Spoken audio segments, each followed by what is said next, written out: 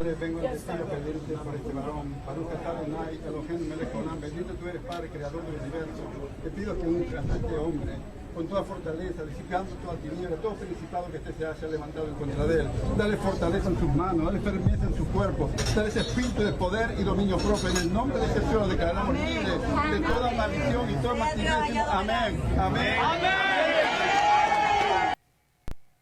That's after the arraignment. So that's in Miami after the arraignment. I just got that footage in right now. He seems okay.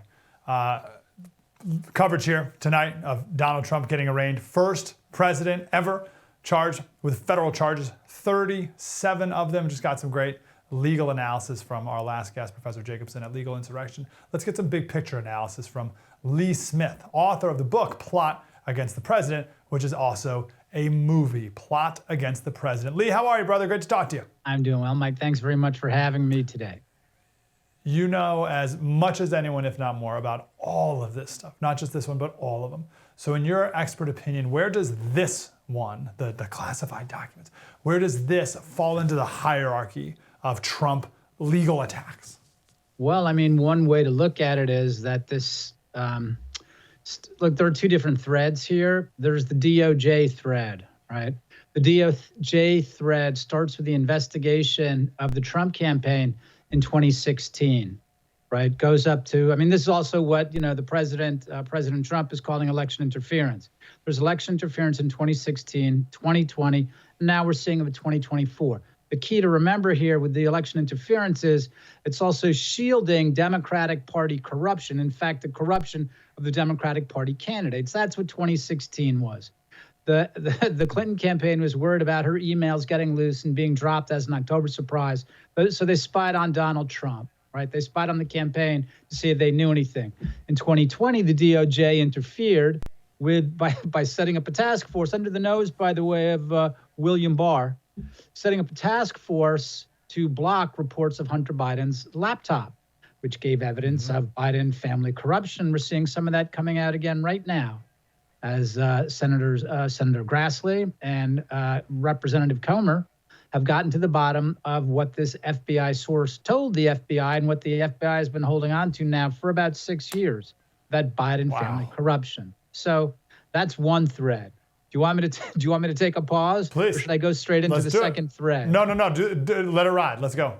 Second thread starts in 2017. Second thread is Barack Obama, right? The point of the intelligence community assessment in 2017 was to delegitimize Donald Trump, his presidency, not just to delegitimize it, but to say he is not American, right? He was helped to the White House by Vladimir Putin. That's what the intelligence community assessment says.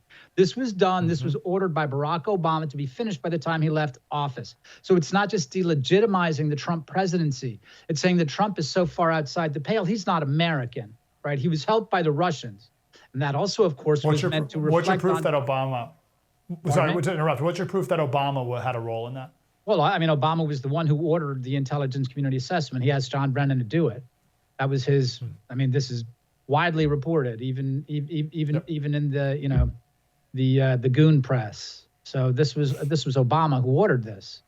Then what we saw moving through January 6th, right? The whole idea is of Trump supporters are seditious conspirators. They're insurrectionists. So again, the point here is to say that Donald Trump and his supporters, roughly half the country, maybe a little more, maybe a little less, are not loyal Americans. What we see here with Donald Trump being charged under the Espionage Act is the culmination of the campaign to identify half the country as being un-American. This is a plot that is to split the country. So those are the two threads. One is DOJ, one is Barack Obama. Well said. I want to pick at that last point you made. Your book and movie is called Plot Against the President. Trump himself has often said that they attack me because they really want to attack you. Is this a plot against the American people? Well, absolutely. I mean, this is a plot to divide the country, right? Because again, the whole purpose of it is Donald Trump, under the Espionage Act, right? Donald Trump is a spy. This is what they've been saying since 2016. Donald Trump is a Russian spy. This is the, I don't know, we'd say culmination, has this high watermark of the campaign to identify Donald Trump as disloyal, not American, but as a foreign spy acting on behalf of a foreign power. So yeah, this is definitely not just about Donald Trump. It's about half the country. It's about Trump supporters. Yeah. So that's what that thread describes. We can't yet say it's a culmination because there's still more to come. I'm sure That's that they're what I not mean. done I'm yet. not sure if it's a culmination. Yeah. Unfortunately, there's probably no. not more to come. We played a clip of Julie Kelly talking to Jesse Kelly earlier, and Julie Kelly said, "Oh, this is nothing. This classified document stuff." And I agree with that. I think most of it is just to tack on espionage to it. Oh, wow, that's damningly espionage. But she says the worst charges, and how you define worse, is what they're going to charge him with on January 6th, because that's going to be sedition. And that's going to be blocking legal proceedings and official government business. Like, that's even more of an attack against America that Donald Trump perpetrated in the next attack. Do you see that? That's right. Well, I mean, that's what the campaign is about. It's not that Donald Trump broke the law, just like January 6th was not about people breaking the law, right? We have a law here in this country, right? If people broke the law on January 6th, whether they committed felonies or misdemeanors, they should be charged as Americans. If they were Americans, if they were foreigners, then it's a different matter. But as Americans, they should be charged under the law. The idea that they were identified as domestic terrorists, seditious conspirators, it's a political charge. These are not criminal charges, right?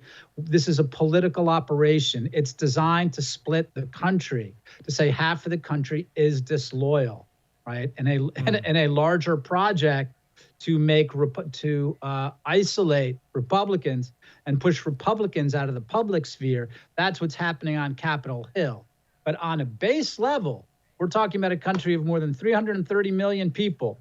When the leader of a movement representing about half the country is charged under the Espionage Act, and I believe that Julie's absolutely right, is also going to face some of these preposterous charges that have been leveled against Trump supporters, like seditious conspiracy, right? That sends a very important and pretty dangerous political message. This is absolutely designed to split the country, and the consequences of that are very serious. Yeah, more than political. And it doesn't matter if these charges stick, it's just getting it out there. We're talking with Lee Smith, Plot Against the President, the book and the movie. You mentioned January 6th and how they're framed, certainly in the media, if not also by the FBI and charges, as seditious, right? If they were met with merely criminal charges, what would the charges be? Would it just be like breaking a window and... Yeah, I mean, breaking a window, trespassing, I mean, stuff like that. I mean, I don't have all the possible charges in front of me, or what are felonies or what are misdemeanors. Obviously, people who are beating up police officers, that's a different matter, right? And that's nonetheless, they still deserve their day in court. And as Julie Kelly has reported, unlike anyone else, right? Julie Kelly has filled us in on an enormous scandal, an enormous issue that other people just won't touch. They've been bullied away from it. But Julie has been covering it, and as she explains, there are people who are still waiting for their trial. There are people who are still being unlawfully detained, right? And their rights have been violated from day one. But again, the rationale for this is that they're not American. They're not entitled to the rights guaranteed in our Constitution. That's what this is all about, right? It's not just going after Trump, going after supporters. It's about splitting the country. Interesting. Because that is well, let me ask you. Is that merely, I don't want to put merely, is that a political strategy, or is there some deeper philosophical motivation? No, it's a war strategy. I mean, that's what it is. I mean, the late Angelo Codevilla described it by talking about the Cold, the Cold War, the American Cold War, right? And that's where we are right now. It's a military strategy to delegitimize half the country and to say half the country is not entitled to their rights. Half the country is not entitled to choose a leader of its own accord. But we, the Democratic Party and the Department of Justice, will choose their representatives for them. I mean, this is what you do. This is what you do to an occupied population, right? Just like we saw people, and this wasn't just Republicans, wasn't just Trump supporters. Everyone was locked down under COVID.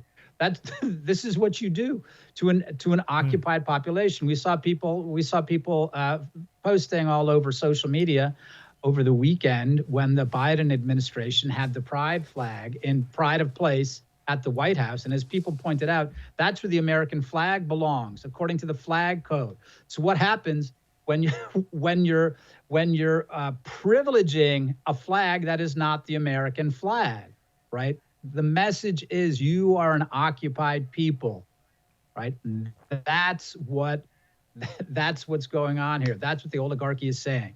So the indictment of Donald Trump, the protection, the shielding of Joe Biden, these are all part of a much larger condition going on right now. And of course, people are becoming more and more aware of it, both through the DOJ and the FBI shielding Joe Biden from obvious from what looks like something that ought to be investigated pretty seriously, though the DOJ buried it in 2017, and the indictment of Donald Trump. So people are certainly becoming aware of what's going on right now because all the messages are very clear, right? We have Juneteenth coming up. I mean, God bless it. Great. Juneteenth. Fantastic. But we do have a day known as Independence Day that is meant to celebrate the independence of every American. Pride Month is meant to celebrate a particular sector of American society.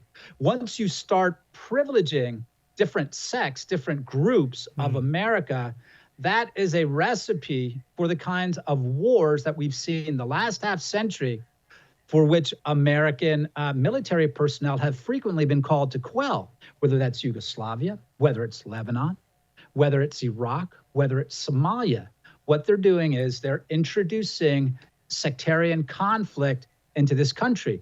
This is also part of what's going on with open borders. It's an introduction of sectarian conflict. So it's not just a political strategy, it's a military strategy as well. Horrific as it is to say, even worse to think about it and what the consequences of this will be.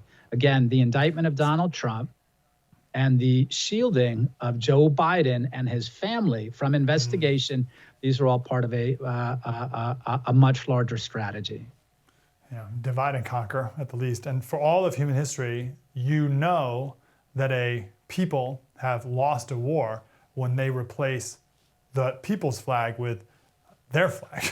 And that's, I believe, what we saw at the White House. Flags, anthems, holidays, everything, right? It's not just people get in trouble for talking about the replacement theory, replacing a population. It's flags, it's anthems, it's holidays, it's heroes, right? Stories, everything. Statues, all of it. Last question for you. They got about 2 minutes. I want to end my final send-off here in the next segment is, and we talked a bit earlier too, about Trump derangement syndrome.